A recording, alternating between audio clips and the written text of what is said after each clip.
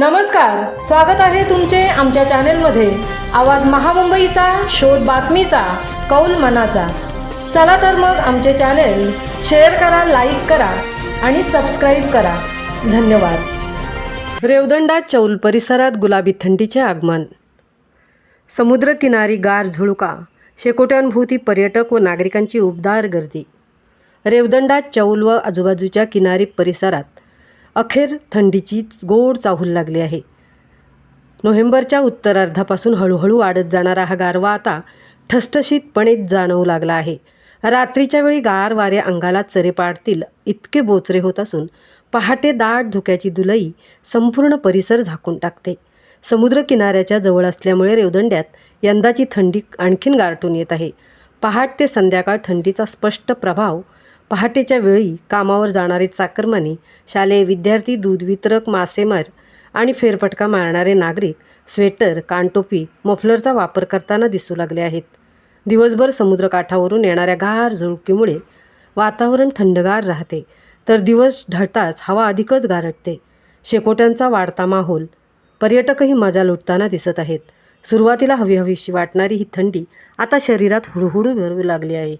त्यामुळे रस्त्याच्या कडेला, चौकामध्ये, चहाच्या टपऱ्यांपाशी तसेच अनेक घरांच्या अंगणात शेकोट्या पेटू लागल्या आहेत। यात विशेष म्हणजे रेवदंडा समुद्रकिनाऱ्यावर आलेले पर्यटकही शेकोटीभोवती बसून थंडीची ऊब घेत आहेत।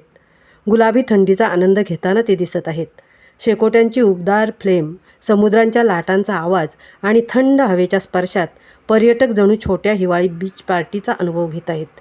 अनेकांना या थंडीमुळे हलकी हुडहुडी लागली आहे, पण गारवा आणि उबदार वाऱ्यांचा हा अनोखा संगम पर्यटकांना अधिक रसरसवून भावतो आहे।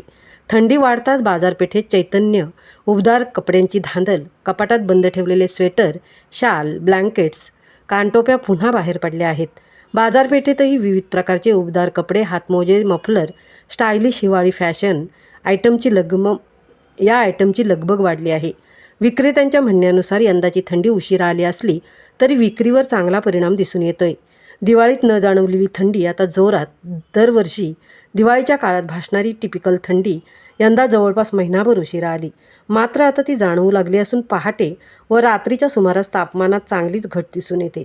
समुद्रकाठच्या गावांमध्ये ही थंड हवा अधिक प्रकर्षाने जाणवत असल्याने नागरिक आणि पर्यटकही दोघेही हिवाळ्याचा हा अनुभव मनसोक्त घेत आहेत। येणाऱ्या दिवसात गारव्यात आणखीन भर। हवामानात विभागाच्या अंदाजानुसार पुढील काही दिवसात तापमानात आणखीन घट होण्याची शक्यता आहे। त्यामुळे रेवदंडा चौल परिसरातील ही गुलाबी थंडी अधिकच जोमाने जाणवणार आहे। थंडीचा हा गोलाईदार गोड अनुभव नागरिकांच्या चेहऱ्यावर आनंद आणतोय, तर पर्यटकांनाही समुद्रकाठच्या हिवाळ्याची रोमॅन्टिक अनुभूती मिळत आहे।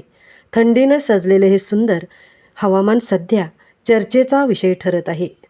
आवाज महामुंबईच्या चॅनेलसाठी निलेश मुंडेंसह तृप्ती भोईर, रेवदंडा।